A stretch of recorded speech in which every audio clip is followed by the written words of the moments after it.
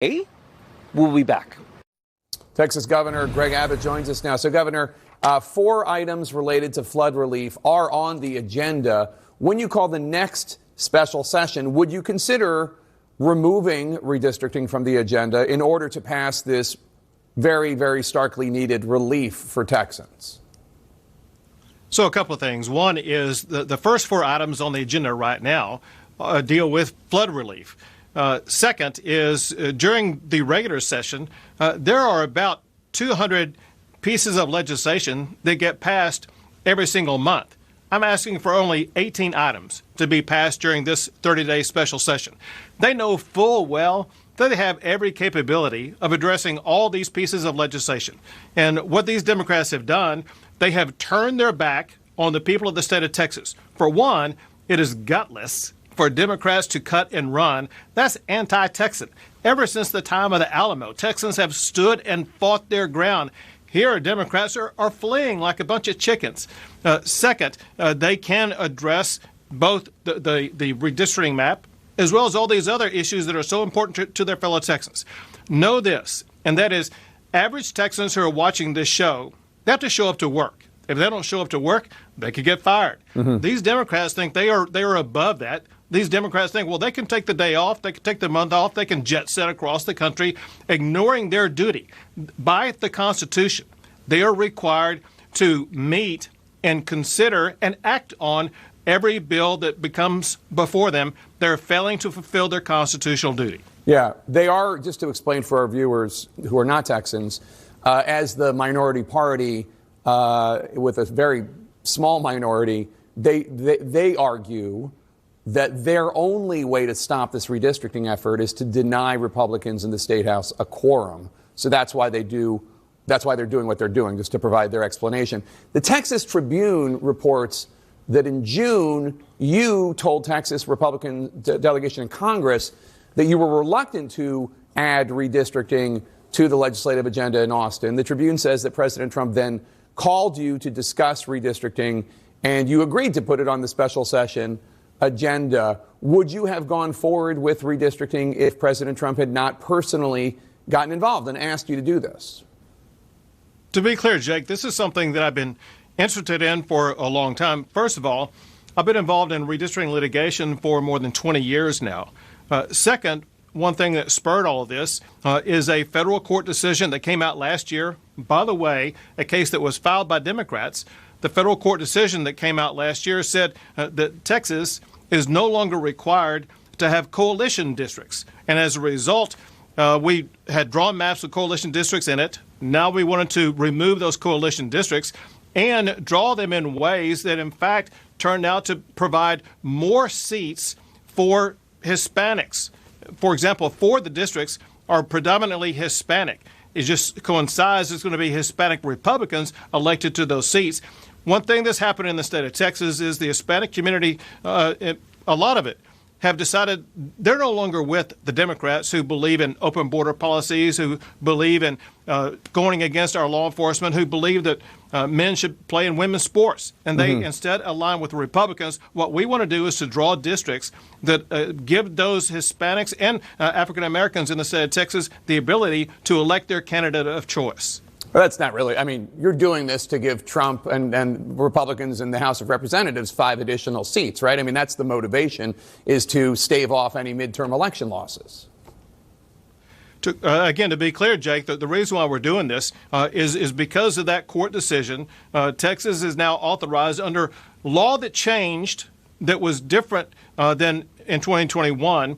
When we last did redistricting, under new law as well as new facts that surfaced in the aftermath of the Trump election, showing that many regions of the state that historically had voted Democrat, that were highly Hispanic, now chose to vote Republican and vote for Trump as well as other Republican candidates. Districts where the electorate voted heavily for Trump, they were trapped in a Democrat congressional district. They have every right to vote for a member of Congress who's a Republican. We will give them that ability. The law is pretty clear that state legislators in Texas denying the majority party a quorum can be fined and can even be arrested. But now you and your administration are taking the unusual step of asking for Democratic leader Gene Wu, who we played a clip from a little while ago, to be actually removed from office. What gives you the right to override the will of his voters who elected him? So I think the will of the people who elected him are not being met right now. The people who elected him, as well as the other Democrats who've run from their duty, they didn't elect them to run off to Illinois. They elected them to go to Austin, Texas, and cast votes as required by the Constitution. What I have the authority to do as governor is to require these members of the legislature to follow the Constitution, which is very clear on its face, where it says that these legislators must act on bills before them. They're refusing to perform their constitutional duty, and that's exactly why I filed that lawsuit in the Texas Supreme Court, and the Texas Supreme Court has required Gene Wu to respond to that, and the Texas Supreme Court is considering that right now. And what I'm seeking to do in that case is to have Gene Wu removed from office for failing to perform his constitutional requirement. So your state had a congresswoman, Kay Granger, who tragically developed dementia, and then in the middle of her, I guess, second year in office, in her final term, she and her family just checked her into a dementia center in Texas, and nobody represented that congressional district for like 6 to 8 months or something. And I don't recall you saying anything then. Well, I have the authority to apply the Texas Constitution to these members of the Texas House of Representatives. With regard to members of Congress, that's going to be up to the congressional delegation and to the federal laws of which the state would have no control over. What I do have control over, Jake, is what we're dealing with right now. Yeah. And that is, I called a special session, I put items on the agenda, and by Texas law, those runaway Democrats are required to act on that agenda. They're failing to do their duty, so there's a violation of state law that allows me to seek the removal of those who've abdicated their responsibility. Let's play this out.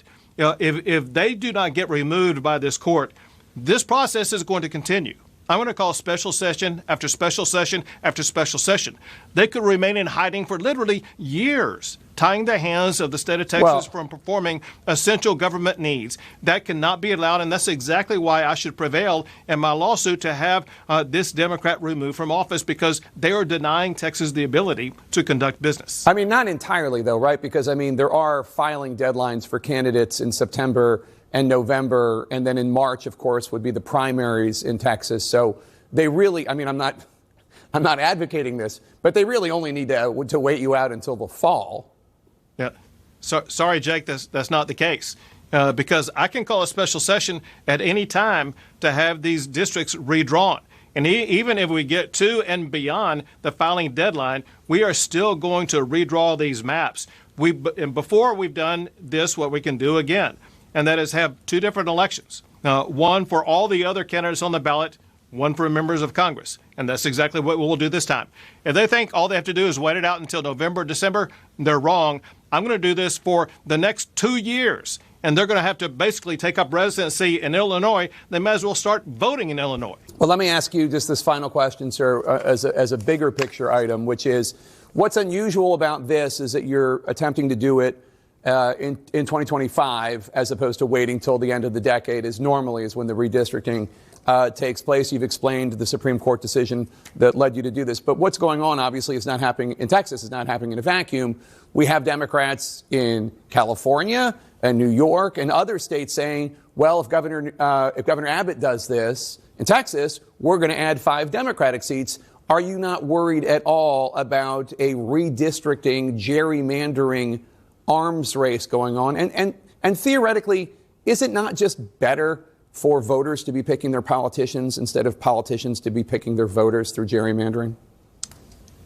Well, to be clear, listen, all those big blue states, they've already gerrymandered. Look at the map of Illinois. Look at the map of California, New York, and Massachusetts, and so many other blue states. They gerrymandered a long time ago. They got nothing left with regard to what they can do. And know this, if California tries to gerrymander 5 more districts, listen, Texas has the ability to eliminate 10 Democrats in our state. We can play that game more than they can because they have fewer Republican districts in their states. Texas Governor Greg Abbott.